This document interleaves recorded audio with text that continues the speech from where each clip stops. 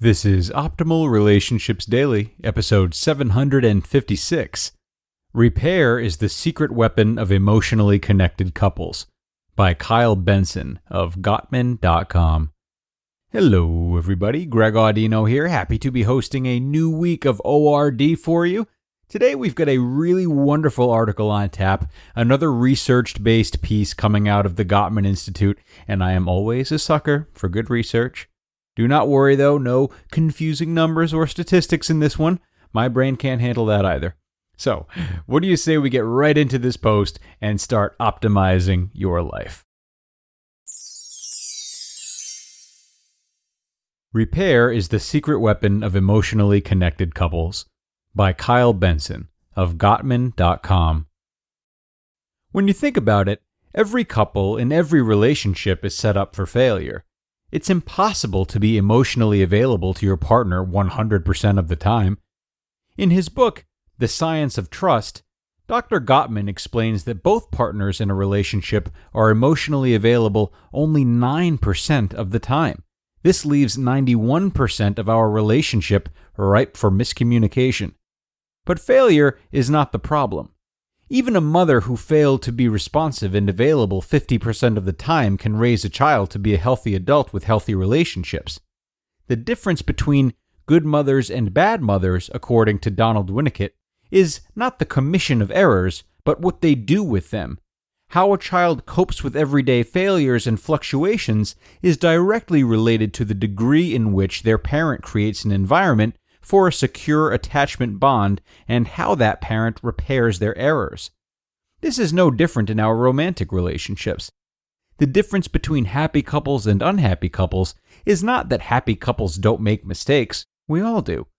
How couples repair is what separates the relationship masters from the disasters. Repair is key to relationship success. No matter how careful you are, you will inevitably rupture the bond in your relationship. Even in a good marriage, couples have ugly screaming matches, say mean things to each other, get critical and defensive, and engage in stonewalling. They do all the same things unhealthy couples do, but at some point, they have a conversation where they recover from it. The difference between the masters and the disasters of relationships is the masters repair their interactions effectively. These couples are willing to admit responsibility for their part in the conflict so they can begin the process of healing their bond. They realize their relationship is more important than the problem. The goal of repair is to understand what went wrong and how to make your next conversation more constructive. What makes a repair effective? Dr. Gottman analyzed repair attempts in his love lab, asking the question, how do people try to make things better? After studying more than 3,000 couples, Dr. Gottman found that how a repair attempt was made did not necessarily predict the effectiveness of the repair attempt. Some people would make repair attempts in a beautiful way, and their partner just couldn't hear it. Other couples made repair attempts in really clumsy ways and were successful. In one study, Dr. Gottman observed a chemist and his wife talking about the nature of his work. The husband didn't know exactly when he was coming home for dinner. She said, well, the kids get hungry, and they don't want to start dinner without you, so they get irritable and I have to put up with them. He said, why don't you feed them a snack? His wife looks at him like, what do you think I am, a moron? Of course I gave them a snack. When she did that, he realized he needed to make a repair. So he smiled with this grin. That was his repair attempt, this big, stupid grin. And she started laughing. It was effective. It changed the way they were going into the negative downward spiral. Friendship is vital to good repair. It wasn't until Dr. Gottman looked at the physiology of the partner receiving the repair that he uncovered the secret weapon of emotionally connected couples. The real difference between the couples who repaired successfully and those who didn't was the emotional climate between partners. In other words, your repair attempt is only going to work well if you have really been a good friend to them, especially lately. Make positive deposits in your emotional bank account by doing nice things and appreciating your partner. If you are understanding of each other, your relationship will be better fit to stand the inevitable storms that will come. If you are disrespectful, rude, and distant to each other, then your repair attempts will fail. It's the quality of the friendship that matters most in repairing the relationship when things go wrong. Repairs don't have to be well-spoken or even complicated to be effective. Any genuine technique can work if a couple has the right foundation.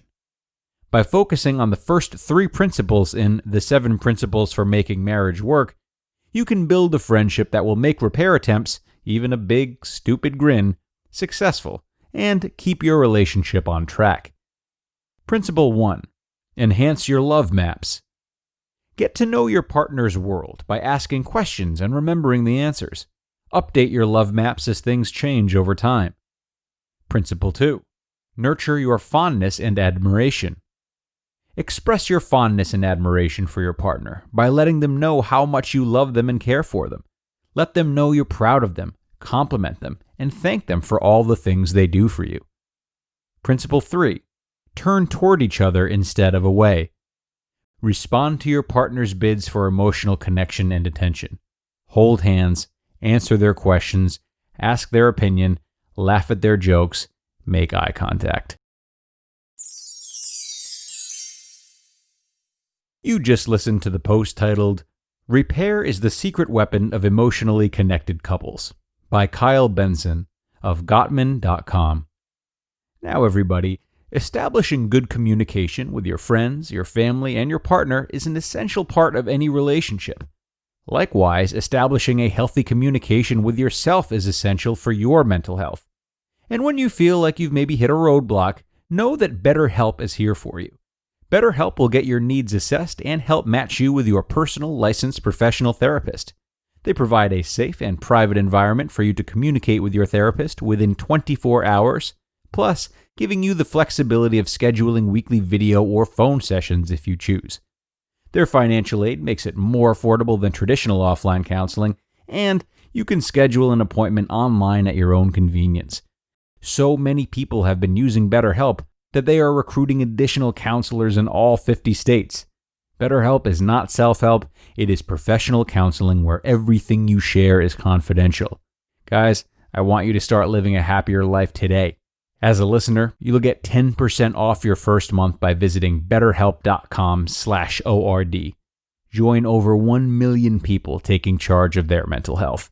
Again, that's BetterHelp, HELP.com/ORD. Thank you so much to Kyle for yet another wonderful piece of research coming out of Gottman. This is a very unique area of relationship building to study, how couples go about resolving their problems. Most of what you'll hear focuses on how to avoid such issues, but given their inevitability, preparing for the repair is a really important step. I might take this one step further, actually, and recommend intertwining your means of repair with the 5 love languages. Resolving a conflict is one form of showing love, and to do so in such a way that pays respect to your partner's love language could be a good way of further individualizing your approach to remind your partner that they are loved during conflict resolution. If physical touch is a way they enjoy receiving love, then maybe a stupid grin turns into a big old stupid hug while you're pleading your case. You get the idea. I am off for now, though, friends. Thank you so much for listening today, and I will be back with you tomorrow for another insightful episode where your optimal life awaits.